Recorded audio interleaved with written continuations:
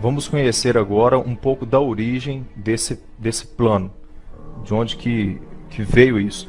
A ONU, Organização das Nações Unidas, uma instituição que você pensa que luta pelos direitos humanos e pela paz mundial, ela criou a ideia, ela criou um programa para apresentar para todos os países membros. Ela deu orientações para que todos os países membros formulassem um projeto para a luta em defesa dos direitos humanos.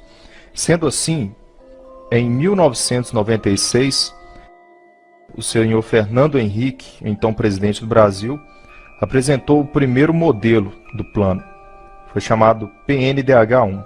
Mais tarde, no último ano de seu governo, em 2002, ele apresentou a segunda versão, foi chamado PNDH-2. E no dia 21 de dezembro de 2009, o chefe do Poder Executivo assinou o decreto número 7037, que aprovou o Programa Nacional de Direitos Humanos, PNDH3. O presidente assinou esse decreto sem ler o plano. E a partir daí, o ministro da Secretaria Especial dos Direitos Humanos vem a público e nos dá alguns esclarecimentos sobre esse plano. Caso você não saiba o que é a nova ordem mundial, é uma meta, uma obsessão de um grupo de banqueiros internacionais que querem instaurar um governo único mundial. E esses políticos no Brasil estão apenas cumprindo ordens. O PNDH3, esse projeto, esse plano, é a tentativa de instaurar essa chamada nova ordem mundial no Brasil. E a ONU, que mencionei no início desse DVD, como a mentora de planos em defesa de supostos direitos humanos, nada mais é que uma instituição criada por eles, por esses banqueiros. Foi a ONU que direcionou esse mesmo modelo de direitos humanos para vários países, com o objetivo de transformar todos em regimes totalitaristas. Posso dar um exemplo de um país aqui na América do Sul, a Venezuela de Hugo Chávez. Está transformando em lei um plano como esse, que recebeu da ONU, e está caminhando a passos largos para um regime totalitário. E esses políticos aqui no Brasil, assim como líderes políticos e presidentes pelo mundo, estão recebendo ordens por essa máscara chamada ONU para instaurar essa nova ordem mundial.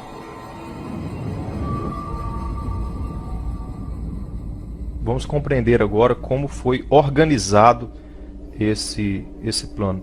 O ministro Paulo Vanucci, ele, em seu prefácio, ele afirma que foram realizadas 50 conferências nacionais, realização de 137 encontros para discutir o conteúdo do plano, com participação de 14 mil pessoas. Agora eu faço as minhas críticas a esses dados que nós encontramos aqui no prefácio sobre a organização desse plano pelo senhor Paulo Vanucci aí. 14 mil pessoas, se você compreende um pouco de matemática, representa apenas 0,007% dos 190 milhões de habitantes no Brasil. Então, essas 14 mil pessoas que foram consultadas aí, que foram entrevistadas, que participaram dessas conferências, desses debates, não representa, não tem significância representativa na população brasileira. Isso não quer dizer que essas pessoas podem falar pelo total da população.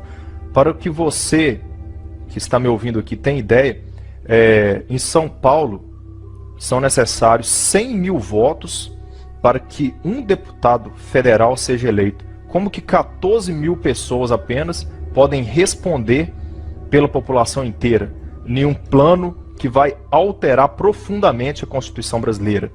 Então isso é desprezível, ainda que a secretaria responsável por esse plano tenha provas que 14 mil pessoas participaram e as 14 mil pessoas foram favoráveis a esse plano, ainda que apresente provas Isso não pode ser levado à frente pelas palavras de um número tão pequeno de pessoas em relação à população brasileira.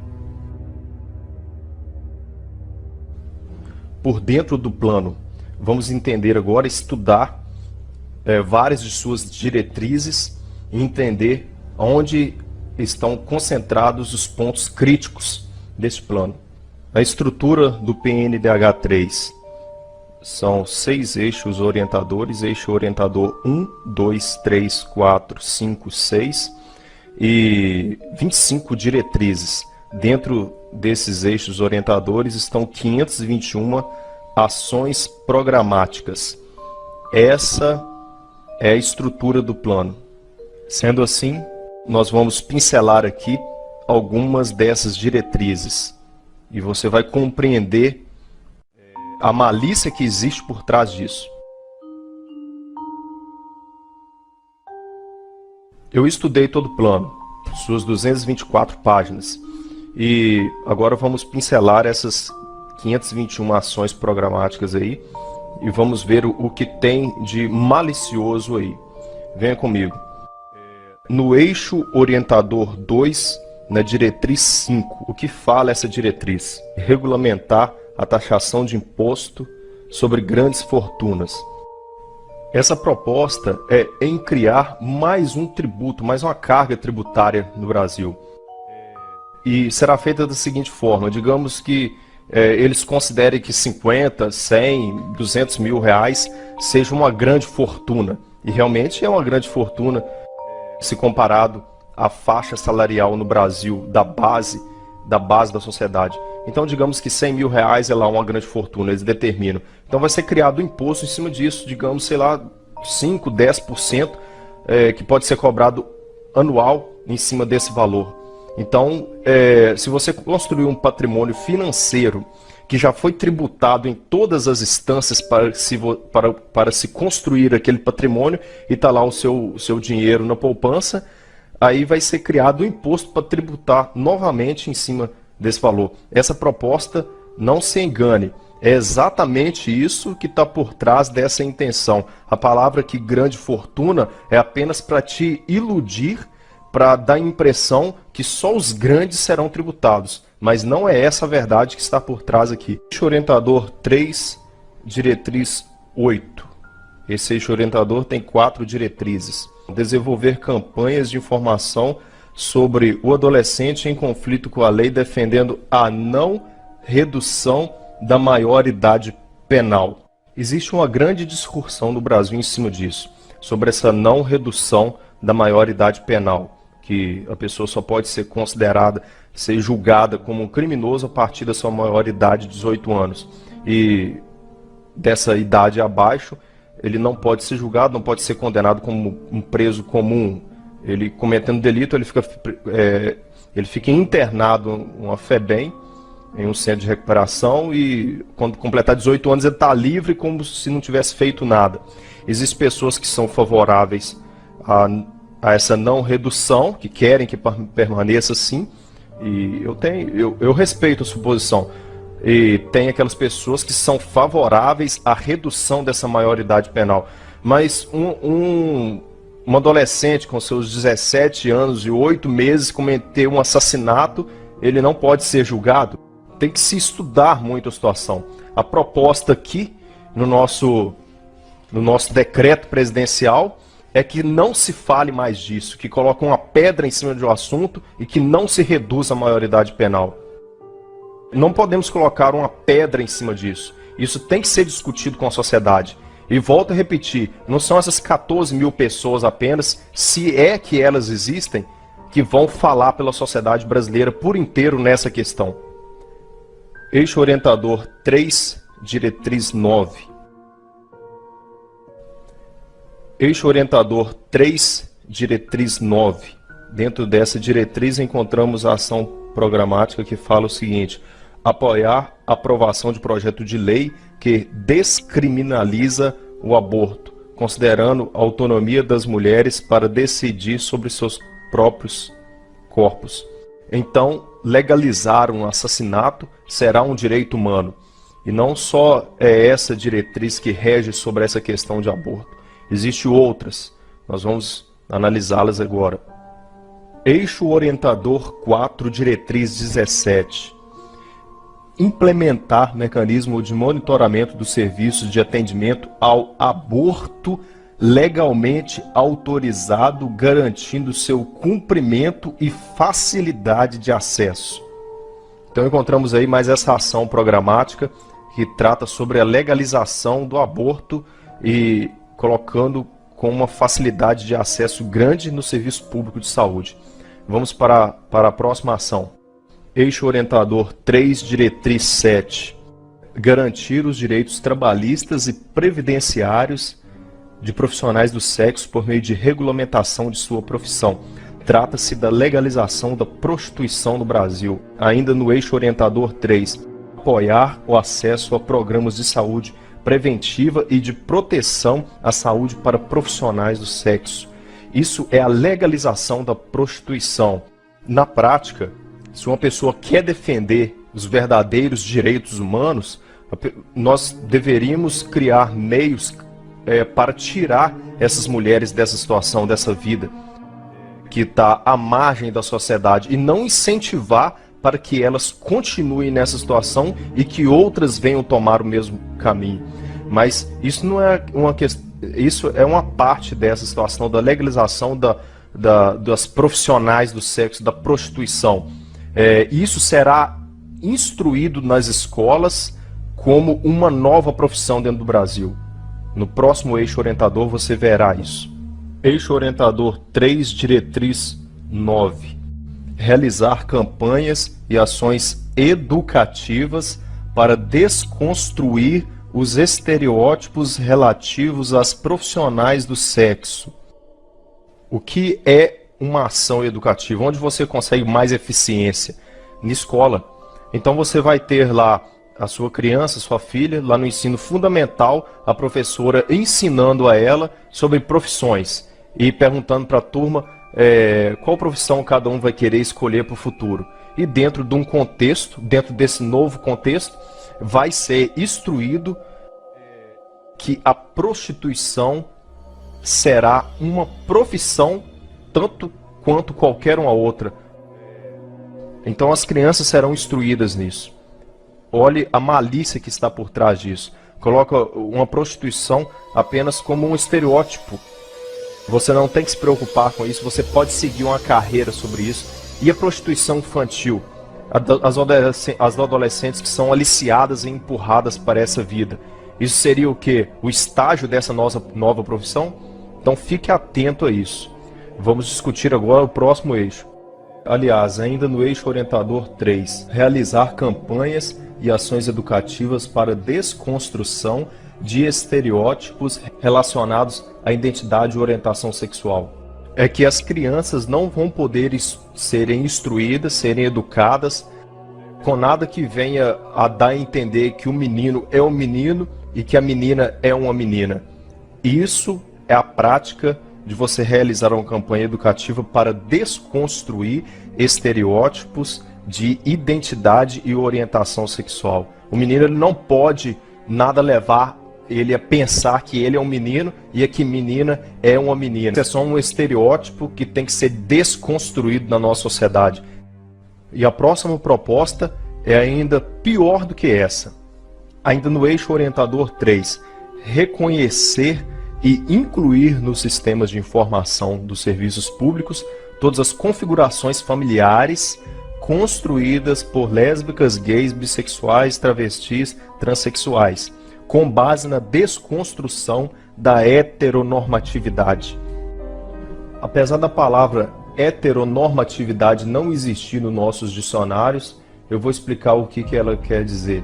Hétero, relacionamento entre homem e mulher, entre mulher e homem, entre sexo oposto. Normatividade, uma atividade normal.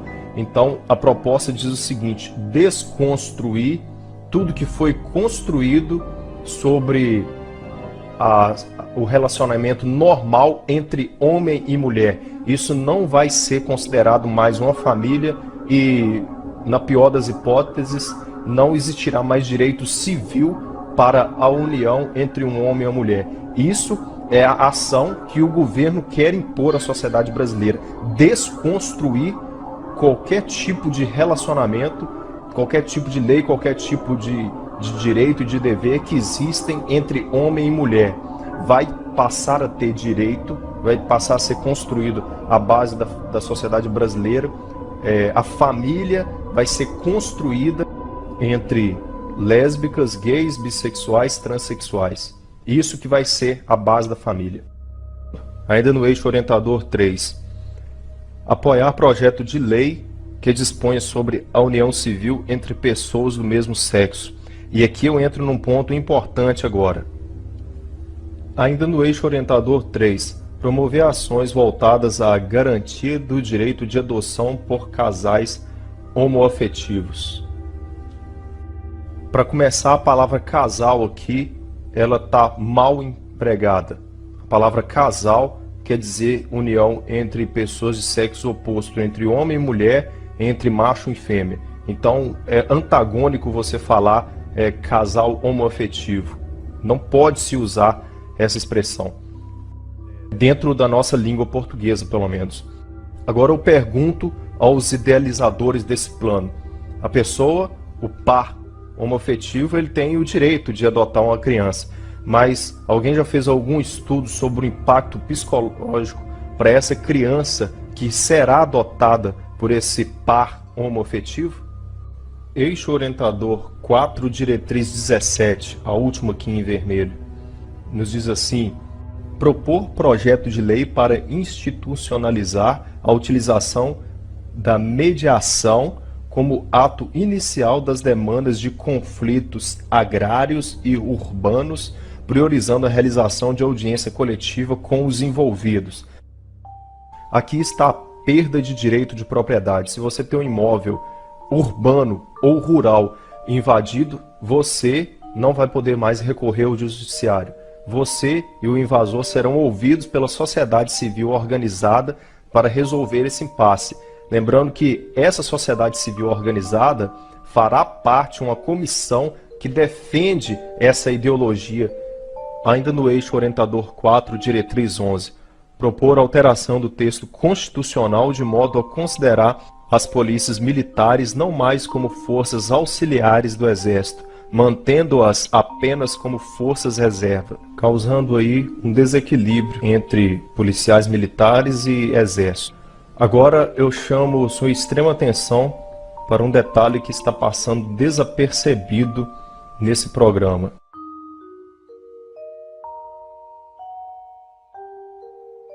Ainda no eixo orientador 4, diretriz 17, há uma ação programática que fala assim: realizar ações permanentes de estímulo ao desarmamento da população.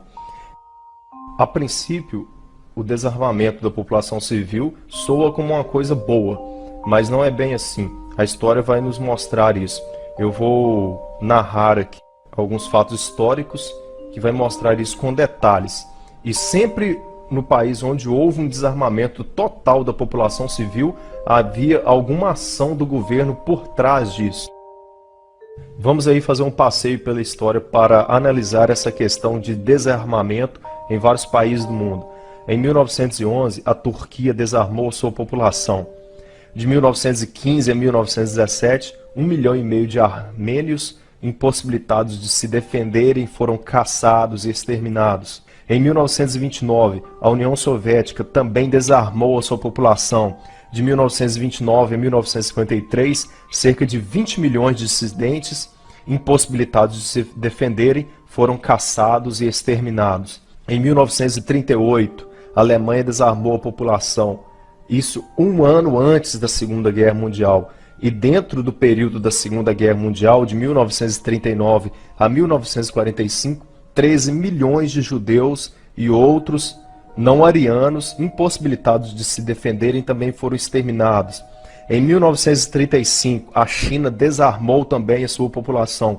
De 1948 a 1952, 20 milhões de dissidentes políticos também foram caçados e exterminados. Em 1964, a Guatemala desarmou também sua população. De 1964 a 1981, 100 mil índios maias impossibilitados completamente de se defenderem também foram caçados e exterminados. Em 1970, Uganda desarmou a população. De 1971 a 1978, 300 mil cristãos também foram aniquilados aí por ações do governo, da política de Uganda. De 1956, o Camboja desarmou sua população. De 1975 a 1977, 1 milhão de pessoas foram assassinadas por ações políticas de um governo ditatorial, e essas pessoas estavam completamente impossibilitadas de se defenderem. Em todos esses países, União Soviética, Turquia, Alemanha, China, Guatemala, Uganda e Camboja, houve ações de desarmamento total da população civil que antecedeu um pesado massacre por parte desses governos ditatoriais em cima dessa população. Agora vamos analisar dados mais atuais. Há 12 meses, o governo da Austrália editou uma lei obrigando o proprietário de arma a entregá-la para ser destruída. 64 mil armas foram entregues e destruídas. O resultado no primeiro ano foram os seguintes: os homicídios subiram 3,2%, as agressões 8,6%, os assaltos à mão armada 44%.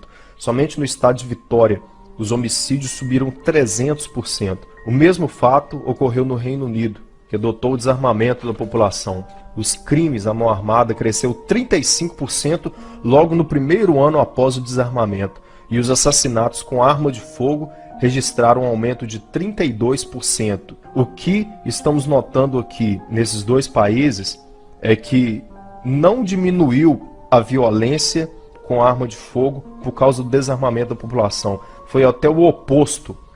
E daqui em diante nós vamos analisar isso. Como que a real intenção com esse programa de direitos humanos é estabelecer um governo ditatorial no Brasil, aniquilando completamente a Constituição brasileira como você a conhece hoje.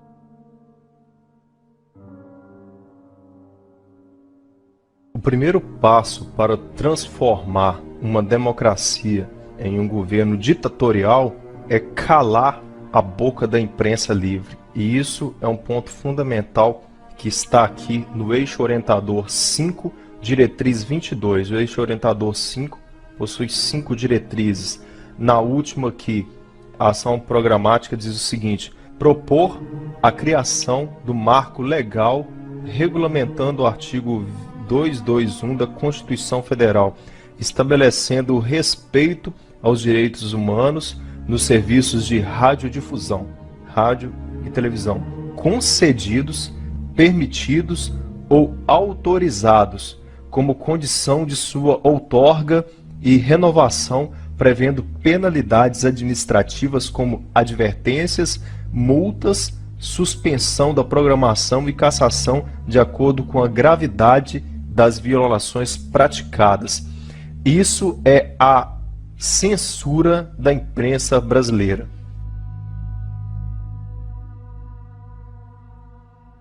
Eu mencionei no início desse DVD que a aprovação do PNDH3 seria a volta à ditadura.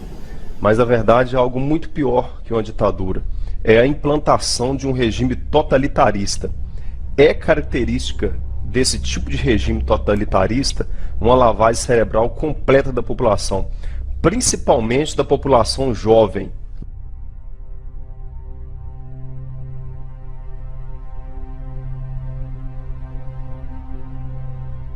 Se você, de certa forma, ficou assustado com tudo que foi discutido aqui nesse vídeo até esse momento, a pior parte vem agora.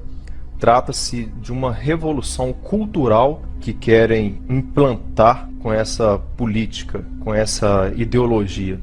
Esse Plano Nacional dos Direitos Humanos, PNDH3, em seu eixo orientador 5, todo marcado em vermelho aqui com suas 5 diretrizes, diretriz 18, 19, 20, 21 e 22, quer implantar literalmente uma revolução cultural no Brasil.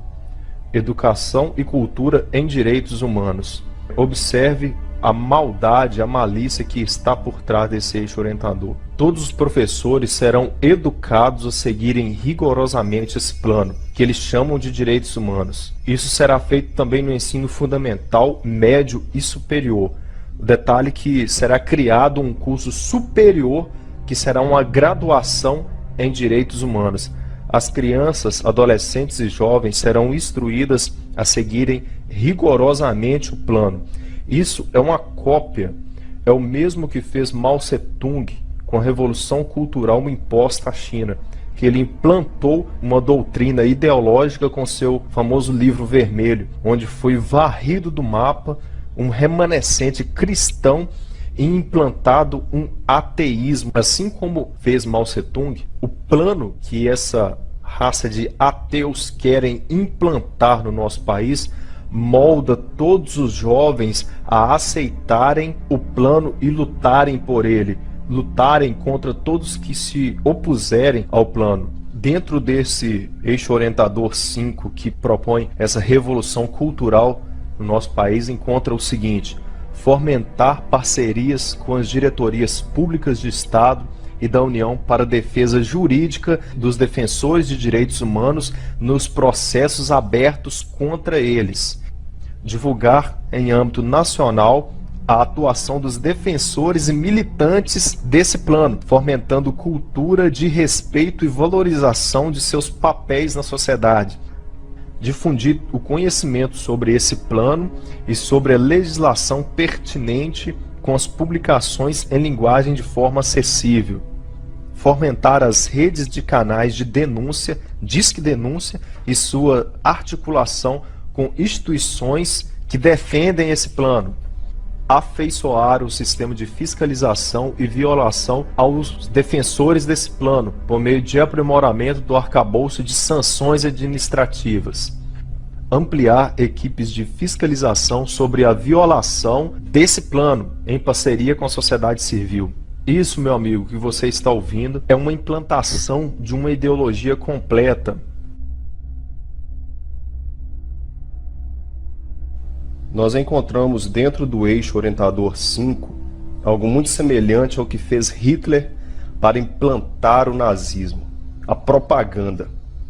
Há no eixo 5 a ação que fala o seguinte: incentivar a produção de filmes, vídeos, áudios e similares voltada para a educação em direitos humanos e que construa a história recente do autoritarismo do Brasil, bem como as iniciativas populares de organização e de resistência. A propaganda foi algo de extrema importância para o nazismo, para a implantação do nazismo. Isso é fato na história. Vemos um personagem sempre ao lado de Hitler. Seu nome era Joseph Goebbels. Era o ministro da propaganda. Foi o braço direito de Hitler, aparecendo sempre ao seu lado todo o tempo. Foi o único que Hitler permitia discursar em seu lugar. Outros que usaram também a propaganda e a censura foram Mussolini, na Itália, com a implantação do fascismo, e Stalin, na União Soviética. Esse plano está aí, ele propõe a quebra do equilíbrio entre os três poderes no Brasil. Simplesmente coloca o judiciário e o legislativo e até mesmo o Ministério Público sujeitos todo o tempo ao poder executivo. Um fato muito semelhante a esse ocorreu há poucos anos nos Estados Unidos. Após o 11 de setembro, com a aprovação do chamado Ato Patriota, na verdade um pacote de leis que erradicou a Constituição americana, destruindo o equilíbrio entre os três poderes. Hoje os Estados Unidos está longe de ser uma democracia. O Ato Patriota, assinado nos últimos anos de governo do presidente Bush, simplesmente tirou o poder do legislativo e do judiciário, dando todo o poder também ao executivo. Barack Obama, em sua campanha, ele prometeu que iria acabar com o Ato Patriota, mas o que ele fez foi simplesmente assinar também o Ato Patriota. Com esse PNDH 3, a mesma coisa acontecerá no Brasil. O plano é uma reformulação completa do sistema constitucional brasileiro.